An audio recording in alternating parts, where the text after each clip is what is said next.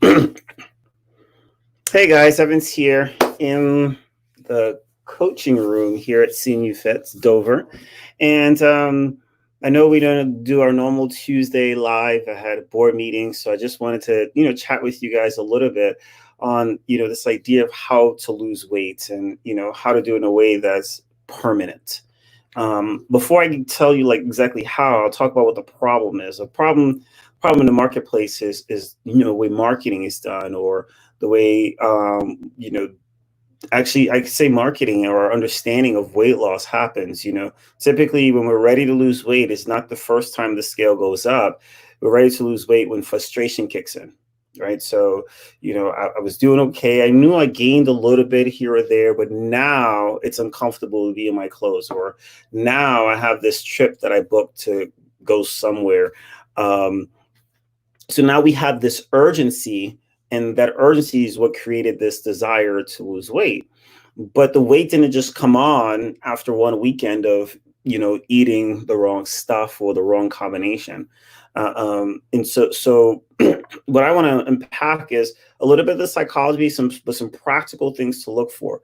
So what's healthy weight loss, right? Healthy weight loss for everyone, unless you're on some physicians extreme program, it should be about 0.5%, right, to 1% per week. So that's what you're looking for. So let's say I am, for me, I'm 200 pounds. If I want to lose weight, 0.5% is 1 pound, 1% is 2 pounds. So if I'm following my nutrition plan and I want to do it in a sustainable way, I'm losing 0.5% to 1%. So I'm looking at 1 to 2 pounds per week. And that's if my nutrition's right and I'm exercising, which can be daunting when someone looks at that. Then that's a point here. So I want to be clear, because it's like, that's it. You work so hard just for that. But what we're not considering is the compounding, impact where, I remember when I did a lot of the consultations here, people were like, that's all, like that's only like 20 something pounds in 5 months, 6 months, in a year. And I'm like, well, how many people do you know last year that were overweight or obese? Oh, like 70% of the people. Well, according to American stats, over 75% of us are overweight or obese. So it's most of us. Well, how many people do you know that lost 50 pounds last year? And then it's crickets. And the reason why is because, what we try to do is follow this. We try to lose 20 pounds in 4 weeks, or in 6 weeks, or in 12 weeks. And we try to do these fad things that sound really, really good. And that's the way marketing is. And the reason why marketing is that way, because if the company told you that you were going to lose only 1 pound this week or 0.5 pound this week, you wouldn't invest into yourself or into their program. So they market this idea of follow our program, look. But I love this. I didn't plan this, but realistic, real life, Rob Carter, right? Still looks good. Gained a little bit of back, but still looks awesome, right? Lost 70 pounds in a year. But if you look at his logs, because we were doing body comps very consistently, he was losing like about 1 or 2 pounds per week, maybe 2.5. He was over 200 pounds. So if you take 2 to 3 pounds a week consistently to a year, that's 70 pounds. Charisse was smaller, right? So she lost about 40 pounds in 6 months. The reality though is about I need to figure out what are the changes that I need to make that are done in a way that's sustainable. So here's the trick. If you want to lose weight, the first thing you need to do is present a sense of accountability in what you're doing. So a lot of times people come up with these random numbers. Oh, 1,200 calories, 1,500 calories. Like, where did you come up with that number from? I don't know. My friend was doing it. Or they just follow a diet plan without even tracking what they're doing. So many of us, we're not consciously gaining weight. So we have to consciously lose it. So there's a research study that was done with people, and they said that those who write down what they eat actually lose weight and maintain healthier lifestyles than those who do not. So maybe the right answer is to say, let me just start being aware of what I'm putting in my mouth. The big challenge between nutrition and exercise is, when you exercise, like you feel good, you got a pump, you're a little sore, you sweat. But all that hard work you put in is maybe like 500 calories if you really went in for most of us is like 300 calories. You want to get disappointed, have one of these smart devices and have it track your workout, and you're like, that's it all day. So it's building that, psyche and understanding that if I'm a woman and I may weigh 170 pounds and I'm really going after it, that means I'm at zero point 0.8 to 1.7 on the high side, but I may not have the skill set yet to be at the high side. What I mean by that, well, I may not understand my food. I may not understand what are macronutrients and how they have different impacts on my body. So maybe I have to go through an education period. Well, you don't just count that time because it's like I really wanted to, or I've been investing into the education. That's like a physician saying, well, I mean, I've been a physician for 12 years. Oh, really? When did you get board certified? Last month, but I've been going to school for 12 years. No, you can't count that time. That's prep time. Until you're board certified, you're not a physician. You know what I mean? So similarly, you may go through a season of just building skill sets. The cool thing is that as you're building these skill sets, you're not in a lab, so your body is going to change and you're going to see some benefits from it. So I just wanted to inject that little bit of thought process in there where it's like, okay, I need to understand what I'm putting in my body. I need to understand where I'm at. Now, here's the challenge, right? Most diets say cut your calories, right? Drop your calories and you lose weight. Well, your body's smarter than that. Right. So what happens in reality is when you drop your calories, depending how low you are already and what you've been consistently doing, you may not. You may actually hold on to it because your body is in the proverbial, they call it what do they call it? Starvation mode and all that kind of stuff. You're not in starvation mode, but it's just a good way to understand that your body's only going to allocate a certain amount of nutrients for fat loss. And if you don't give it enough nutrients for it, then it's not going to. Kind of like spending your money. If when COVID first hit, nobody was shopping.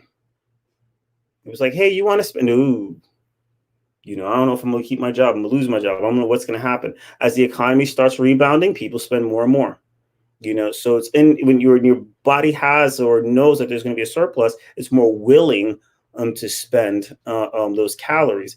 And that's where the art and the science come in, and it's more than, hey, we have great meal plans. Like, that you're going to waste your time and money when people say, buy our plan, buy our meal plan. What that means is that they're going to tell you what to eat, which is the same thing they told everybody else what to eat. And hopefully you get some results in it. But the day you don't want to eat it, your results are a suspect. But what you need to figure out is, what do you need? Because there are different people in the marketplace, and then I'll kind of wrap up in a second here. But there are those who have been dieting for a long period of time. And it's not a medical term, but the easiest way to understand it's like your body experiences diet fatigue. If you listen to me long enough, I talk about homeostasis and how your body will downregulate your metabolism, right? So in just a second of science here, right? You have your in your brain, your body wants to maintain homeostasis, right? So what it does, it manages and looks at what's happening in your body. And it wants to keep your body blood temperature the same, your body blood pressure the same, all these things. It wants to maintain sameness with some sort of standard deviation. So a little level of a little bit more, a little less, you're fine. The first moment you get hot, you don't start sweating. But once you get a little bit too hot, you start sweating. The first time you get cold, you don't start shivering. You get past a certain amount, you start shivering. And your body does the same thing throughout your body. So your hypothalamus, which regulates your endocrine or your hormonal systems, are looking for this, it's like watching these gauges and going, is it same? And as soon as something comes out or out of whack for a period of time, then it starts regulating to get same, even if same is not healthy. Meaning most people who are overweight and wants to lose weight, or obese and want to lose weight, today wasn't the first day. It's been like that, and your weight haven't shifted in a while because your body said, nope, we want to keep it here, and it's the same. So as you drop down your calories, you're out of sameness, this homeostasis. So your body will now, the hypothalamus sends a message to the pituitary gland that says, hey, what's going on over there with the metabolism? Why are we burning more calories than we're consuming? That's not good. If we keep on doing this, we're going to die. So, your pituitary gland sends the message to your thyroid, excuse me. It produces a hormone called thyroid stimulating hormone, which tells your body, hey, listen, let's downregulate this thyroid production. So the T4, gets downregulated, or thyroid stimulating hormone gets downregulated. And then before you know it, you have less energy. You're just naturally more lethargic. You decide, I don't need to go for a walk. I'm just going to flip the tunes. I'm going to lay down and rest a little bit more. I'm going to have an ergonomical desk and chair. And I'm going to do all these little things to minimize movement so I don't burn as much calories as I do. So if you're in the marketplace and you've been dieting for a long time, understand that your metabolism has dropped down with it. And through that, you've also become like afraid of eating food and afraid of eating the right amount of food. And then you watch some fit people and you go, how are you eating all this food? But they're on the other side of the spectrum where they've revved up their metabolism through the food choices and nutrition that they eat. So there's those who've dieting for a long period of time, and it's identifying what's the macro combination and the split and the quantity of total calories that you need to just maintain it first. You may go through a season of just like, hey, I can enjoy food again. Because unlike a lot of things, that's something you're going to have to do the rest of your life. You can't be like, well, I'm just going to stop eating for like the rest of my life and I'll be great. No, like you're going to have to eat. So if you're going to have to eat, then you got to figure this piece out, and you want to like build peace with food, so to speak. And then there's those who've never dieted before or rarely has dieted before. So for you, it's just making some tweaks and then boom, you see results. The reality is that they say that the average female starts dieting before she's a teenager, which is crazy. I've seen even, studies that show that, girls dieting from 8 years old. So can you imagine the psychological impact of 20, 30, 40 years of constantly playing with the scale, competing with people that are unhealthy? They just look great. Because we know that, and that's something that's really big right now in like the extreme fitness realm, where a lot of females and males too, but predominantly females, their body fat are too low. And so that they don't have proper hormone production. Infertility is at a higher level. They don't have their menses and everything else because they don't have enough fat on their body. It's kind of interesting. So how do you make this change? How do you, lose weight permanently? Is first you have to understand that I need to just lose a little bit every day. I got to get past this regulator watching me. And if you lose 0.5% to 1% every single week, you're going to cut. The other piece is understanding that if you how do you say it?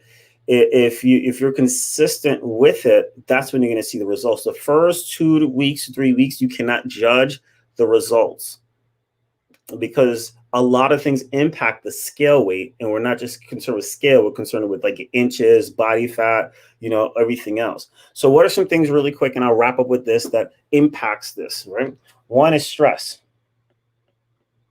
I tell people all the time, if you have high stress, turn off the news, create some other things, regulate your social media, do different things to decrease stress, because stress is going to cause you to hold on to weight, specifically fat.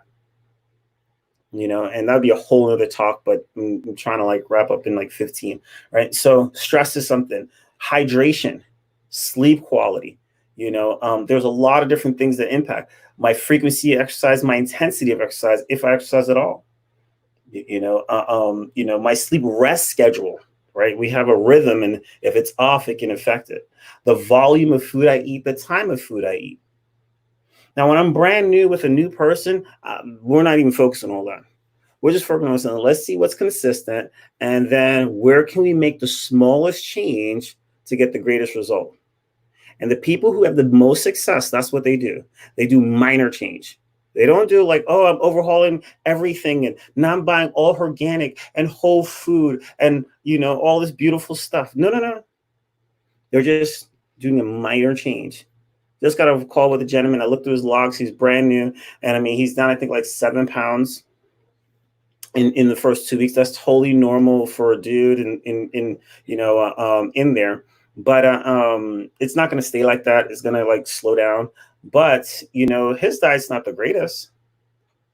But what it is a small change. He just literally upped his protein a little bit and increased his meal frequency. And his body said, okay, cool. And I told him, even though I don't agree with everything that he's eating in his entire meal plan or his entire diet, then we're not making any changes until we hit a wall. In the interim, he's just to learn some other skill sets, how to prep food, how to log food, how to do other things. So that's the trick. Small changes consistently over time will crush all these like juice cleanse, know this, know that, bread's the devil, I can't believe you eat pasta, all this weird stuff. All you have to do is small changes consistently. When you run out of gas with this change, then you make another small change. And if you have a coach that understands how metabolism works, that's going to really help you big time, because they'll know when to make those changes to maximize the results. And it will look like it's easy. Everybody's like, man, you hardly make a change. You're like, yeah, it's just a lifestyle. And you're going to see some like crushing testimonial videos. We got 2 that we're going to drop in this week. This husband and wife team, together they're down 90 pounds, in like 10 months, which is pretty awesome. He's down 50, she's down 40. He's down 10 pant sizes. He has probably one of the most stressful jobs in this area, which is kind of crazy. And they crush it all the way through COVID and everything else. Why? Minor changes. It's amazing. So I just want to encourage you that it is possible, you can, but if you want to lose 20 pounds before the end of summer, stop it. It's unrealistic. Like, if you want to lose 20 pounds, lose 20 pounds, commit to that change. But if you blitz it, you're going to regain it, and you're going to gain it with a little bit more. We've all pulled the rubber band. When we let it go, it snaps back a little bit more. So I encourage you to just set realistic goals. Understand, be patient with yourself in your process. Understand there's other things outside of just the food and the calories and the exercise that can impact what your body is doing at this point. And a lot of our clients are going through the life change. And as you're going through life changes, that's going to impact it as well. So specific coaching to that is important, because it's not the same as a 22-year-old, just changing up some things in there as well. So hopefully this adds value. It's really important. It may seem super simple, but it's the successes and the simplicity. And I look forward to talking to you guys soon.